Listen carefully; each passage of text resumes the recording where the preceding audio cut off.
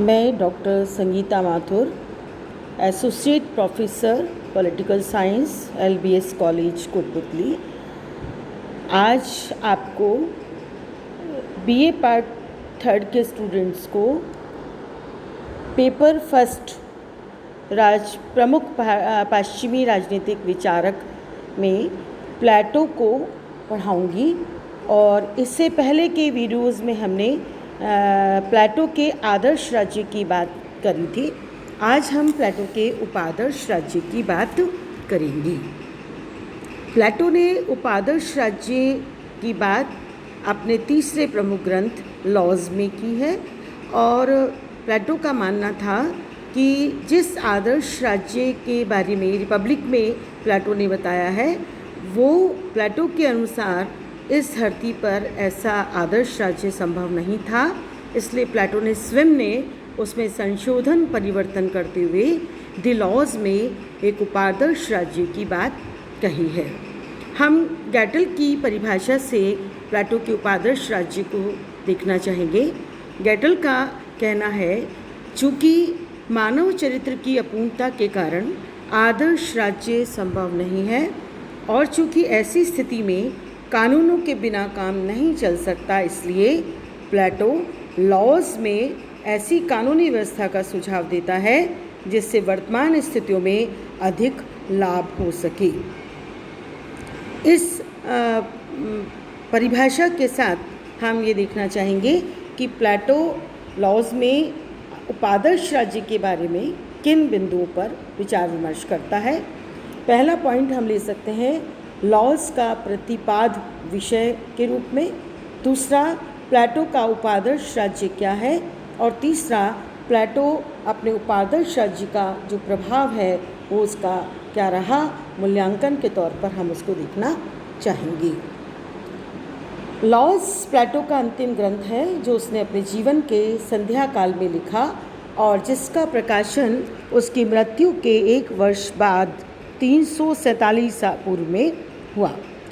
Laws उस व्यक्ति का उपहार है जिसने अपने जीवन की दोपहरी यानी जवानी में रिपब्लिक के कल्पनालोक में विचरण किया था। प्लेटो ने सिराक्यूस के निरंकुश शासक को दार्शनिक शासक बनाने का प्रयत्न किया।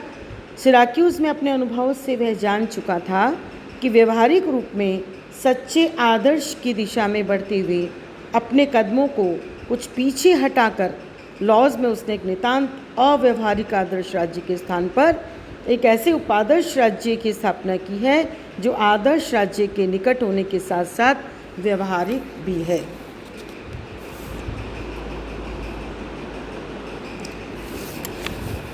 प्लेटो के उपादर्श राज्य की प्रमुख व्यवस्थाएं या सिद्धांत जो हैं उनको हम देखना चाहेंगे।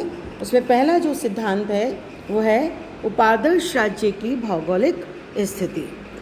प्लेटो का कहना है कि राज्य को समुद्र के तट से पर्याप्त दूर रहना चाहिए, क्योंकि समुद्र तट के निकट होने से विदेशी व्यापारियों की उस पर सदैव ही दृष्टि लगी रहेगी और उसकी रक्षा के लिए राज्य को बहुत अधिक सैनिक व्यय करना पड़ेगा।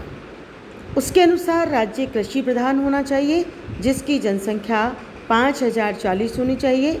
5040 बताने के पीछे प्लेटो का लॉजिक है कि हम उसके अनेक सुगमता से पार्ट कर सकते हैं, भाग कर सकते हैं। जैसे 1 × 2 × 3 × 4 × 5 × 6 × 7 का अगर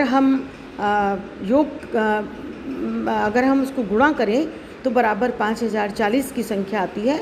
और उसी तरीके से अगर 7 × 8 × 9 × 10 को डिवाइड करें तो उसमें 5040 की संख्या हमें दिखाई पड़ती है। इस प्रकार प्लेटो उपादर्श राज्य की भूमि को उपजाऊ तथा क्षेत्रफल अधिक होना भी उचित मानता है। उससे उसका मानना है कि इससे जनता स्वस्थ व सुखी रह सकती है। दूसरा अगर हम सिद्धांत लेना चाहें तो वह है उपादर्श राज्य की आधारशिला कानून की सत्ता। लॉज में प्लेटो ने दार्शनिक शासक के स्थान पर राज्य के शासन में कानून की सत्ता को स्वीकार किया है। रिपब्लिक में प्लेटो ने कानून को अनावश्यक घोषित करके दार्शनिक शासक के निरंकुश शासन की पुष्टि की थी। उसी प्लेटो ने लॉज में दार्शनिक शासन से उसका गौरवमय पद तथा उसके निरंकुश शासन अधिकार को छीन लिया। प्लेटो का मानना था कि यदि राज्य की बागडोर एक सच्चे दार्शनिक शासक के हाथ में नहीं है तो कानून की उपस्थिति अत्यंत अनिवार्य है। अगर हम तीसरा बिंदु लें तो उपादर्श राज्य में प्लेटो पारिवारिक जीवन की बात भी करता है और उसका कहना है कि लॉज में प्लेटो संपत्ति के व्यक्तिगत स्वामित्व को स्वीकार करता है, किंतु यह मानता है कि उस पर राज्य का नियंत्रण रहना चाहिए। इसी तरीके से उसका मानना है कि उपादर्श राज्य में इस बात के लिए बहुत बड़ा प्रयत्न करता है कि संपत्ति किसी भी प्रकार से अथवा किसी भी रूप में इस प्रकार का स्वरूप ग्रहण ना कर सके कि राज्य के अस्तित्व को उससे संकट पैदा हो जाए। इसी तरीके से प्लेटो उपादर्श राज्य में शासन के स्वरूप की बात भी करता है और उसका कहना है कि उपादर्श राज्य में सर्वोच्च सरकार को हम जो शक्ति है वो नहीं देकर किसको देंगे, कानून को शक्तियाँ प्रदान करेंगे। इसके अनुसार सभी राजनीतिक संस्थाएं कानून के अधीन होंगी। वह राज्य की शासन प्रणाली के बारे में वो विभिन्न संस्थाओं की बात भी करता है। पहला, साधारण सभा जिसमें 5000 नागरिक होंगे सदस्य के तौर पर। दूसरा, सलाहकार बोर्ड, इसके सदस्यों की संख्या 37 मानी गई है और इसका प्रमुख कार्य सलाह देना बताया है। तीसरा जो संस्था है वो है प्रशासनिक परिषद, इसमें 360 सदस्य होंगे। इनका प्रमुख कार्य होगा बाजार की देखभाल करना, अधिकारियों की नियुक्ति, कानून बदलने की आवश्यकता पर परामर्श देना इत्यादि, और इसका कार्यकाल 20 वर्ष का माना गया है। अगर हम नेक्स्ट सिद्धांत की बात करें तो वह है उपादर्श राज्य का शासन विधान कैसा होगा। उसमें प्लेटो कहता है कि वह मिश्रित संविधान की बात करता है।